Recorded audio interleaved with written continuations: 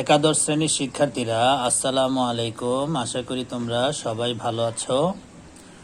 আজকে আমরা আংশিক চাপ সম্পর্কে জানব। আসো আমরা শুরু করি। প্রথমে আংশিক চাপ কাকে বলে? নির্দিষ্ট তাপমাত্রায় পরস্পর বিক্রিয়াহীন দুই বা ততোধিক গ্যাস মিশ্রণ যে আয়তন দখল করে, মিশ্রণের একটি উপাদান যদি ওই আয়তন দখল করত তবে যে চাপ প্রদান করে তাকে ওই মিশ্রণে ওই উপাদানের আংশিক চাপ বলে। আমরা আবার শুনি।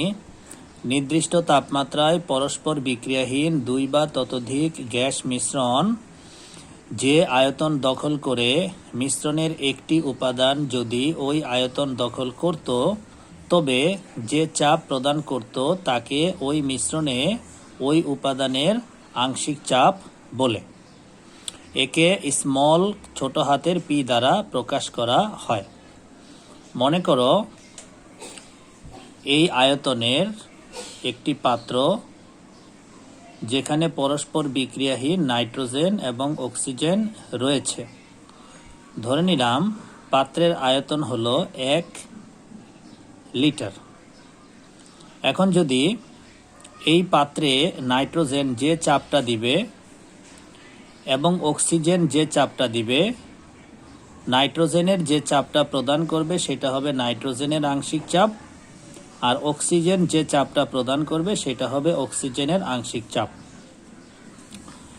এখন এই পাত্রটার মধ্যে নাইট্রোজেন আর অক্সিজেন আছে। এখন নাইট্রোজেনকে রেখে অক্সিজেন যদি অপসারণ করা হয় তাহলে নাইট্রোজেন যে চাপটা প্রদান করবে সেই চাপটাই হবে মিশ্রণে নাইট্রোজেনের আংশিক চাপ। আবার অক্সিজেনকে রেখে নাইট্রোজেন অপসারণ করলে অক্সিজেন যে চাপটা দিবে সেটা হবে মিশ্রণে অক্সিজেনের আংশিক চাপ। আচ্ছা, তাহলে আমরা আংশিক চাপ ব্যাপারটা বুঝলাম। এখন আসো ডাল্টনের আংশিক চাপ সূত্র। নির্দিষ্ট তাপমাত্রায় পরস্পর বিক্রিয়াহীন দুই বা ততোধিক গ্যাস মিশ্রণের মোট চাপ উপাদান গ্যাসগুলোর আংশিক চাপের সমষ্টির সমান। আবার শোনো, নির্দিষ্ট তাপমাত্রায় পরস্পর বিক্রিয়াহীন দুই বা ততোধিক গ্যাস মিশ্রণের মোট চাপ উপাদান গ্যাসগুলোর আংশিক চাপের সমষ্টির সমান। মনে করি এ ও বি দুটি গ্যাস পরস্পর বিক্রিয়াহীন অবস্থায় একই পাত্রে অবস্থান করছে। এ ও বি একই পাত্রে অবস্থান করছে। তাহলে ওই পাত্রে এ এবং বি যে মোট চাপটা দিচ্ছে সেটাকে আমরা ধরে নিলাম পি, এবং এ উপাদানের আংশিক চাপ হচ্ছে small P A into B উপাদানের আংশিক চাপ হচ্ছে স্মল পি বি। তাহলে সূত্র অনুসারে পি সমান P A plus P B, অর্থাৎ মোট চাপ উপাদানগুলোর আংশিক চাপের যোগফলের সমান। আসো এই সূত্রটি আমরা প্রমাণ করি বা প্রতিপাদন করি। মনে করি ভি আয়তনের একটি পাত্রে এ এবং বি দুটি গ্যাস পরস্পর বিক্রিয়াহীন অবস্থায় আছে। 20 ডিগ্রি সেলসিয়াস তাপমাত্রায় মোট চাপ পি এবং উপাদানগুলোর আংশিক চাপ যদি স্মল পি এ ও স্মল পি বি হয়, তাহলে এ ও বি এর মোল সংখ্যা এন এ এবং এন বি হয়। তাহলে আদর্শ গ্যাসের অবস্থার সমীকরণ হতে আমরা জানি স্মল পি এ ভি সমান এন এ আর টি। আমরা জানি পি ভি সমান এন আর টি, পি ভি সমান এন আর টি, এটা আমরা জানি। তাহলে এ উপাদানের জন্য পি এ ভি আর এ উপাদানের জন্য এন এ আর টি। তাহলে পি এ সমান এন এ বাই ভি আর টি, এটাকে 1 নং সমীকরণ দিলাম। আবার দেখো বি গ্যাসের জন্য পি বি ভি সমান এন বি আর টি। একইভাবে পি ভি কস্ট এন আর টি সমীকরণ থেকে আসতেছে। অতএব পি বি সমান এন বি বাই ভি আর টি, 2 নং সমীকরণ। সমীকরণ 1 যোগ সমীকরণ 2, দুইটা সমীকরণকে যোগ করে দিলাম। বাম পক্ষে আছে P A plus P B, ডান পক্ষে আছে N A R T by V plus N B R T by V. N A plus N B, আমরা যদি R T by V common নেই তাহলে N A plus N B. তাহলে N A হচ্ছে A উপাদানের মোল সংখ্যা, N B হলো B উপাদানের মোল সংখ্যা। দুই মোল সংখ্যা যদি এক জায়গায় করি তাহলে পাই এন, আমরা পাই তাহলে এনআরটি বাই ভি, যেহেতু এন সমান N A plus N B.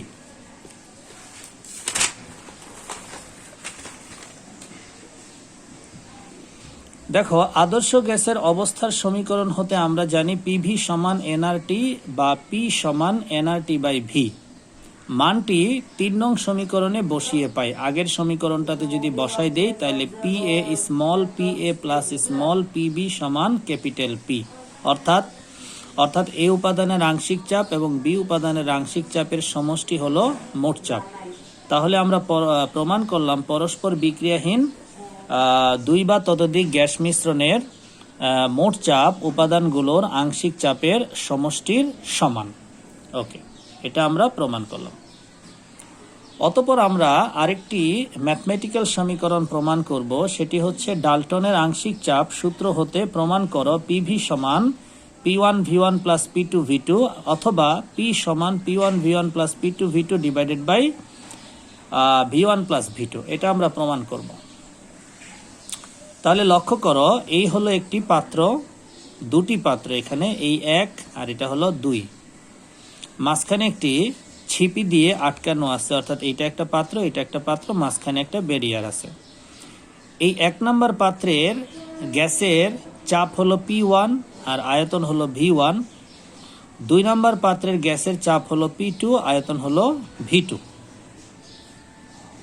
অতঃপর দেখো, ছিপিটি যদি উঠিয়ে দেই তাহলে ১ নম্বর পাত্রের গ্যাস এবং ২ নম্বর পাত্রের গ্যাস মিক্স আপ হয়ে যাবে, মিশে যাবে। মিশে গেলে ১ নম্বর পাত্রের গ্যাসের আয়তনও হবে V1 প্লাস V2, ২ নম্বর পাত্রের গ্যাসের আয়তনও হবে V1 প্লাস V2। তাহলে দেখো, শুরুতে ১ নম্বর পাত্রের গ্যাসের চাপ ছিল P1, আয়তন ছিল V1, আর পরবর্তীতে চাপ হয়ে গেল স্মল P1 আর আয়তন হয়ে গেল V1 প্লাস V2। তাহলে আমরা বলতে পারি ডাল্টনের বয়েলের সূত্র অনুসারে বলতে পারি P1 V1 equals to P2 V2। এখানে P2 হচ্ছে স্মল P1 আর V2টা হচ্ছে V1 প্লাস V2। তাহলে P1 V1 সমান স্মল P1 আর এটা হলো V1 প্লাস V2। এটা হলো মোট আয়তনটা। এখান থেকে আমরা স্মল P1 বের করে নিলাম, এটা ১ নং সমীকরণ। একইভাবে দ্বিতীয় গ্যাসের জন্য এটা হলো প্রাথমিক কন্ডিশন, P2 V2 সমান small P2 into V1 plus V2। সেখান থেকে আমরা স্মল P2 সমান P2 V2 divided by V1 plus V2। এটা ২ নং সমীকরণ। অতঃপর লক্ষ্য করো, আমরা জানি যে মোট চাপ সমান আংশিক চাপের যোগফলের সমান। তাহলে ক্যাপিটাল P সমান small P1 plus small P2।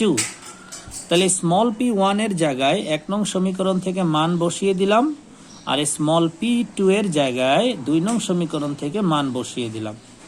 অতঃপর আমরা সরল করি V1 প্লাস V2, তাহলে P1 V1 plus P2 V2। তাহলে এটা প্রমাণিত হয়ে গেল। আমরা লক্ষ্য করি এটা প্রমাণিত হয়ে গেল, অর্থাৎ ২ নং সমীকরণটা প্রমাণিত হয়ে গেল। আমরা এটা প্রমাণ করতে যাচ্ছিলাম, এটা প্রমাণিত হয়ে গেল। এবার আমরা এইটা প্রমাণ করব। যদি উপাদান গ্যাসগুলোকে ভিন্ন একটি পাত্রে নেওয়া হয় এবং তার আয়তন যদি V ধরা হয়, আবার বলছি উপাদান গ্যাসগুলোকে যদি ভিন্ন আরেকটা পাত্রে নেই আর সেটার আয়তন যদি V ধরা হয়, তাহলে সূত্রটি এইভাবে লিখতে পারি P সমান P1 V1 plus P2 V2 divided by V। তখন এই V1 প্লাস V2টা হয়ে যাবে V। তাহলে এটাও প্রমাণিত হয়ে গেল। এভাবে করে আমরা সূত্র দুটি প্রমাণ করতে পারি। এবার আসো এই সূত্র ভিত্তিক আমরা অঙ্ক করি।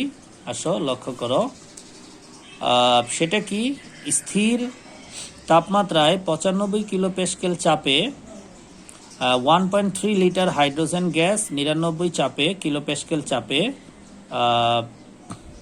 0.6 লিটার নাইট্রোজেন গ্যাসকে 1.5 লিটার আয়তনের একটি পাত্রে মেশানো হলো। গ্যাস মিশ্রণের মোট চাপ নির্ণয় করো। তাহলে এই যে নতুন একটি পাত্রে যখন আয়তনটা নেওয়া হয় তখন হলো এই সমীকরণ PV সমান P1 V1 plus P2 V2 অথবা P সমান P1 V1 plus P2 V2 divided by V। তাহলে আমরা জানি এই হলো সমীকরণ।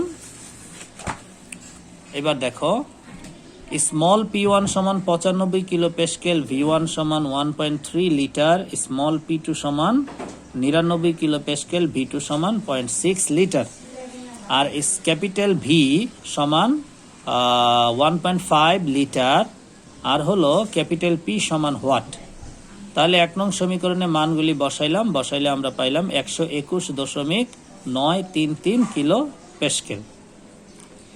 আমরা যদি আরেকটা অঙ্ক করি তাহলে দেখো 100 মিলিলিটার 0.5 ATM চাপে N2 এবং 105 কিলো প্যাসকেল চাপে 80 মিলিলিটার H2 কে মিশালে মোট চাপ কত হবে? তাহলে আমরা জানি ক্যাপিটাল P সমান small P1 V1 plus P2 V2 divided by V1 plus V2। এখানে যদি আমরা মান বসাই তাহলে P1 মানে হলো নাইট্রোজেনের চাপ, নাইট্রোজেনের আয়তন প্লাস হাইড্রোজেনের চাপ ইনটু হাইড্রোজেনের আয়তন। এখানে নাইট্রোজেনের চাপটা ATM এ দেয়া আছে আর হাইড্রোজেনের চাপটা কিলো প্যাসকেলে দেয়া আছে। কিলো প্যাসকেলকে আমরা ATM এ কনভার্ট করলাম 101.325 দ্বারা ভাগ করে ইনটু 80 ডিভাইডেড বাই V1টা হচ্ছে নাইট্রোজেনের আয়তন আর V2টা হচ্ছে হাইড্রোজেনের আয়তন, তাইলে 180। এখান থেকে ক্যালকুলেট করলে আমরা ক্যাপিটাল P পাই হচ্ছে 0.74 ATM। অতঃপর আমরা জানবো হচ্ছে মোল ভগ্নাংশ সম্পর্কে। মোল ভগ্নাংশ কাকে বলে? কোনো মিশ্রণে কোনো একটি উপাদানের মোল ভগ্নাংশ হলো ওই উপাদানের মোল সংখ্যা এবং মোট মোল সংখ্যার অনুপাত। আবার শুনি, কোনো একটি মিশ্রণে কোনো একটি উপাদানের মোল ভগ্নাংশ হলো ওই মিশ্রণে ওই উপাদানের মোল সংখ্যা ও মোট মোল সংখ্যার অনুপাত। তো এর উপর ভিত্তি করে আমরা আরেকটি সমীকরণ প্রতিপাদন করব, সেটাকে বলা হচ্ছে গ্যাসের আংশিক চাপ, মোল ভগ্নাংশ ও মোট চাপের মধ্যে সম্পর্ক। গ্যাসের আংশিক চাপ, মোল ভগ্নাংশ ও মোট চাপের মধ্যে সম্পর্ক প্রতিপাদন। তাহলে এটা প্রতিপাদন করি। নির্দিষ্ট তাপমাত্রায় V আয়তনের একটি আবদ্ধ পাত্রে দুটি গ্যাস A এবং B পরস্পর বিক্রিয়াহীন অবস্থায় আছে। তাহলে আয়তন হলো V আর গ্যাস দুটি হলো A আর B। মোট চাপ P এবং উপাদানগুলোর আংশিক চাপ স্মল PA ও স্মল PB ধরা হলো। আচ্ছা, A উপাদানের মোল সংখ্যা NA এবং B উপাদানের মোল সংখ্যা NB ধরা হলে আদর্শ গ্যাসের অবস্থার সমীকরণ থেকে আমরা পাই স্মল PAV সমান NART 1 নং সমীকরণ, স্মল PBV সমান NBRT 2 নং সমীকরণ। আবার আদর্শ গ্যাসের অবস্থার সমীকরণ থেকে আমরা জানি PV সমান NRT, এটা হচ্ছে 3 নং সমীকরণ। এখন লক্ষ্য করো, সমীকরণ 1 ভাগ সমীকরণ 3 যদি আমরা করি তাহলে small PAV divided by PV সমান NART NRT। তো এখান থেকে RT কাটা, এখানে VV কাটা, তাহলে স্মল PA বাই P সমান NA বাই N, এটা সমান হচ্ছে XA। এটাকেই বলে মোল ভগ্নাংশ। তাহলে A উপাদানের মোল সংখ্যা ডিভাইডেড বাই মোট মোল সংখ্যা, এটা হলো XA, A উপাদানের মোল ভগ্নাংশ। তাহলে স্মল PA সমান ক্যাপিটাল P ইন্টু XA, অর্থাৎ কোনো মিশ্রণে কোনো উপাদানের আংশিক চাপ ওই উপাদানের মোল ভগ্নাংশ ও মোট চাপের গুণফলের সমান। কোনো মিশ্রণে কোনো উপাদানের আংশিক চাপ ওই উপাদানের মোল ভগ্নাংশ ও মোট চাপের গুণফলের সমান। এটি আমরা A উপাদান দ্বারা প্রমাণ করলাম। এবার আমরা B উপাদান দ্বারা প্রমাণ করব। লক্ষ্য করো শিক্ষার্থীরা, সমীকরণ 2 কে সমীকরণ 3 দ্বারা ভাগ করলে আমরা পেলাম small PB divided by P সমান NB ডিভাইডেড বাই N, এটা সমান হচ্ছে XB অর্থাৎ B উপাদানের মোল ভগ্নাংশ। এবার আড়াআড়ি গুণ করলে আমরা পাই স্মল PB সমান XB ইন্টু মোট চাপ P, তার মানে B উপাদানের আংশিক চাপ সমান B উপাদানের মোল ভগ্নাংশ ইন্টু মোট চাপ। তাহলে এই উপাদানের জন্য আমরা বের করলাম আংশিক চাপ সমান মোট চাপ ইন্টু মোল ভগ্নাংশ, বি উপাদানের জন্য বের করলাম আংশিক চাপ সমান মোট চাপ ইন্টু মোল ভগ্নাংশ। তাহলে তো আমরা লিখতেই পারি যে কোনো উপাদানের আংশিক চাপ সমান মোট চাপ ইন্টু মোল ভগ্নাংশ। অতএব মিশ্রণে কোনো একটি উপাদানের আংশিক চাপ ওই উপাদানের মোল ভগ্নাংশ এবং মোট চাপের গুণফলের সমান। এটি হলো প্রমাণিত। তাহলে আমরা এই সূত্রটি প্রমাণ করে ফেললাম যে আংশিক চাপ মোট চাপ এবং মোল ভগ্নাংশের গুণফলের সমান হবে। শিক্ষার্থীরা আসো এই রিলেটেড আমরা একটা অঙ্ক করি। অঙ্কটা হচ্ছে, লক্ষ্য করো, 1 গ্রাম হাইড্রোজেন এবং 10 গ্রাম কার্বন মনোক্সাইড গ্যাস মিশ্রণের মোট চাপ, গ্যাস যদি এক জায়গায় করে মিশ্রণ করি, মিশ্রণের মোট চাপ যদি 800 মিলিমিটার মার্কারি হয়, তাহলে আংশিক চাপগুলো কত হবে? অর্থাৎ হাইড্রোজেনের আংশিক চাপ এবং কার্বন মনোক্সাইডের আংশিক চাপ কত হবে সেটা আমাদের নির্ণয় করতে বলেছে। তো আমরা জানি আংশিক চাপ সমান মোট চাপ ইন্টু মোল ভগ্নাংশ, স্মল পি সমান capital P into capital x. তারপর লক্ষ্য করো হাইড্রোজেনের মোল সংখ্যা সমান 1/2 ইন্টু 0.5 আর কার্বন মনোক্সাইডের মোল সংখ্যা সমান 10/28। আচ্ছা, এটার আমরা ভাগ করলাম না। এবার হাইড্রোজেনের মোল ভগ্নাংশ হবে কি? হাইড্রোজেনের মোল সংখ্যা ডিভাইডেড বাই মোট মোল সংখ্যা, অর্থাৎ 0.5 ডিভাইডেড বাই 0.5 প্লাস 10/28, যেটা করলে 7/12 হয়। ওকে, রেখে দিলাম। কার্বন মনোক্সাইডের মোল ভগ্নাংশ XCO সমান কার্বন মনোক্সাইডের মোল সংখ্যা ডিভাইডেড বাই মোট মোল সংখ্যা 10/24। আচ্ছা, হাইড্রোজেন গ্যাসের আংশিক চাপ সমান মোট চাপ ইন্টু মোল ভগ্নাংশ। মোট চাপ ছিল 800 ইন্টু মোল ভগ্নাংশ হচ্ছে 7/12, কাটাকাটি করলে 466.7 মিলিমিটার মার্কারি হয়। আবার কার্বন মনোক্সাইডের আংশিক চাপ সমান মোট চাপ ইন্টু মোল ভগ্নাংশ।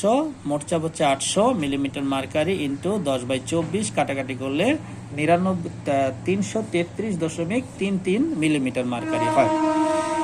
তাহলে শিক্ষার্থীরা এখন আমরা দেখব এই দুটি আংশিক চাপকে যোগ করলে মোট চাপ 800 এর সমান হয় কিনা।